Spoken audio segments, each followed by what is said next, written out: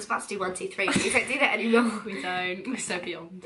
Hi guys! everyone! Hello. Right, so today we are telling you how to get good deals on your holidays. Yeah, and basically giving you all of our little secrets as to how we get such cheap holidays. Yeah. Yeah. I mean, yeah. It's quite simple really, but a lot of people ask us like, how do you get your holidays so cheap? So yeah. we've come to tell you how we save money when we're there, how we save money when booking. Yeah. All of our little tricks. We got a list. So the first thing we do, we usually go onto Skyscanner. You've probably heard of it maybe. It's basically... It's a website that like shows you all of your flights that from like all different airlines, so you can compare like all the prices basically. Yeah. And they have a feature on there where you can type in everywhere as your location.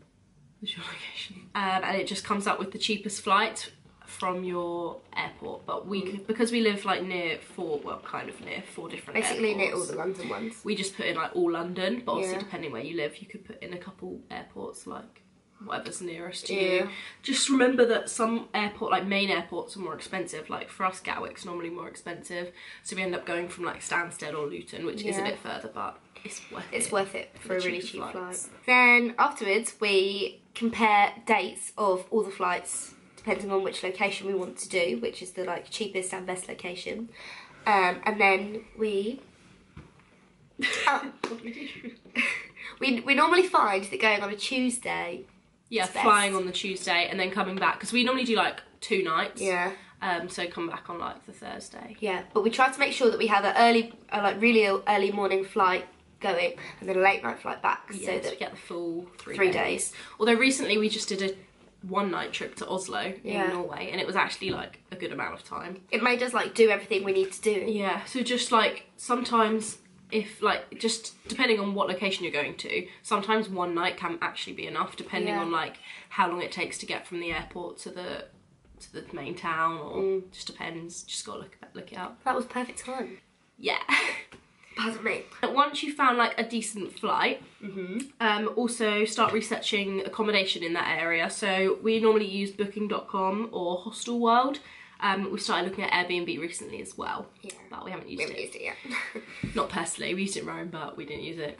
Someone else booked it. We didn't make that booking. Yeah, but booking.com's actually really good for, because it's got like hotels, villas, hostels. It's got everything basically, so you can compare like what is the cheapest, because most of the time it doesn't really matter where you're staying as long as it's like clean. Yeah. And in a good location. Also, remember to look on Google Maps at where your hotel or hostel actually is, because it could be like, sometimes, especially on booking.com, it's like great location, but then you actually look and it's like 2 miles out from the town. So yeah, you want to figure out where the main centre of the town is that you're going. Because you'll save money if you can just walk to everywhere you need to go. Yeah.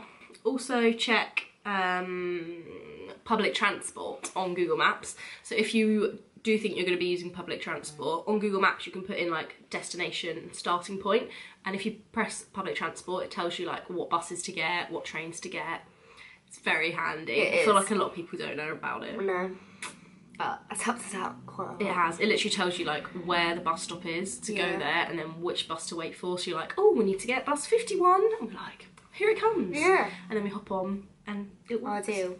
Did that every day in Budapest. It was and it's got everywhere we've been it's had it, but I don't know if it would have like really far away places, but everywhere in Europe we've been. Yeah.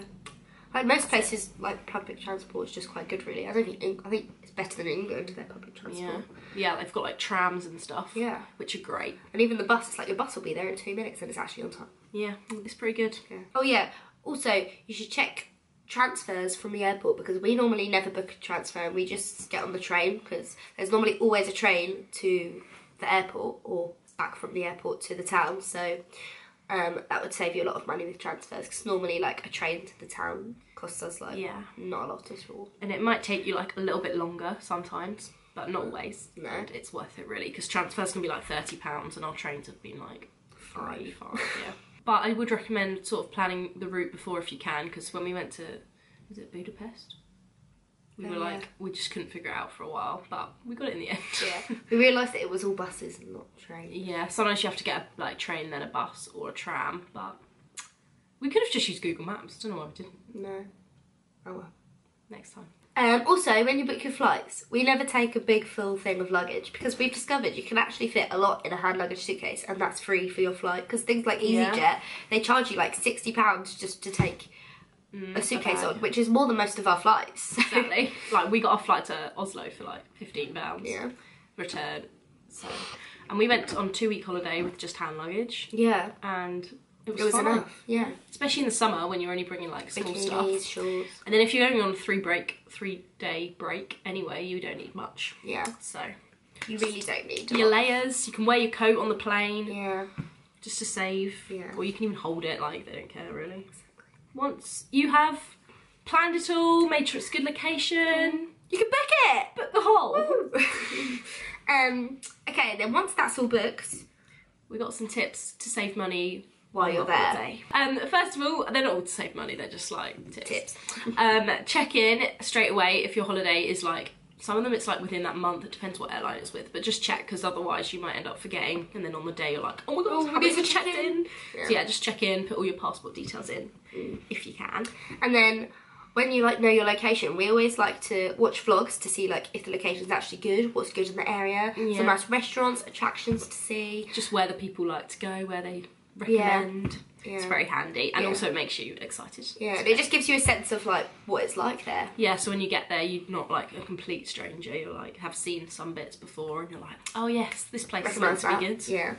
And then we like to note down all of the like restaurants and like places that look good that we want to go and then look them up to see what their prices is like. Yeah, or go on like TripAdvisor and put like top 10 restaurants in Oslo, whatever, and then you can also set like filters on like the price. So we like because Norway's really expensive, we like tried to search for which places were cheap before we went, so that on the days we were there we could just go.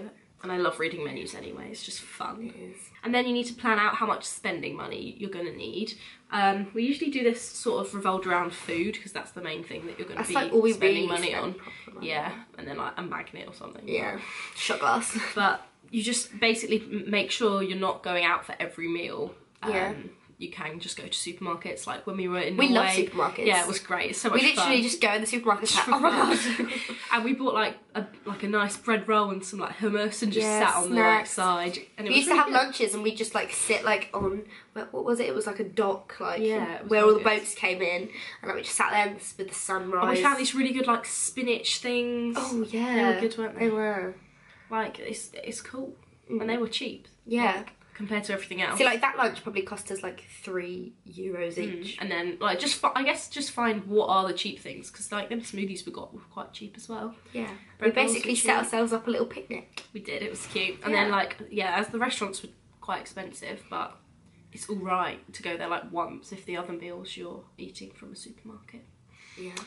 Because we just couldn't afford the Oslo prices. And it's still a good time. I love supermarkets. Also, we do quite like to like look around a bit. Yeah, just see the sights. Yeah. No, but I mean like, sometimes when we see something in a supermarket and we're like, oh, it's a bit expensive. Yeah, we're never like, oh, just get that. Yeah, we're good. Because we're always like, I don't want to spend my money if it's not worth spending my money on. And even for the like magnets, like I collect magnets, she likes sort of shot glasses. We like go around to a few places to make sure we're getting good deals. Because you can find like secret little souvenir shops that have got really cheap stuff in there. Yeah. Sometimes. Don't settle on the first one you see. Yeah, we never settle. No, never. We're not settlers. Definitely not. That's mainly it. I guess. I feel like that's quite short. Oh, 10 minutes. Should we film another video? Yeah. Maybe we need to buy. Okay guys, that is basically all of our tips. Let us know any questions below. We've been on quite a few little breaks, and we always manage to do them fairly cheaply because we're always poor, so like we have to. There's places we would recommend if you want to know where There's to go. places we've been with literally like no money. £70. And we've managed to be fine. Yeah, so. we did everything we wanted to do. Yeah. Oh, and even in Oslo, that we went to that like takeaway pizza place. And that was well cheap. That was so cheap. Yeah, that was great. We got a massive pizza and we just shared it because it was massive. Yeah, it was so big, honestly. Like, just like massive vegetariana pizza. Yeah. And shared it, and it was like, oh, don't I want a pizza so do I. And that was great. So yeah, do look around, do search the TripAdvisor. Yeah, you just don't need a lot of money for a holiday. I feel like it's a great way to see the world, just like little mini breaks. Because like, otherwise you just like live in luxury and like you're not like getting to know what the place is like. There's no point spending loads on like your hotel. No. Like, it doesn't matter. All you do is sleep there. Yeah, exactly. So yeah, I hope you guys book some great holidays with our tips. Woo! We want to go on one now. Yeah. But we can't afford it. But we're going to Morocco. Oh, I bit my cheek. Going to Morocco in March. Yeah, to Tagazoo surfing, if any of you have been. That's right. And that's us done for now. We hope to see you next time.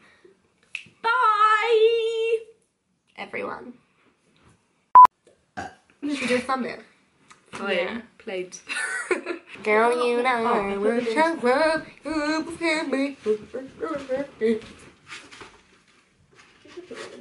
Oh!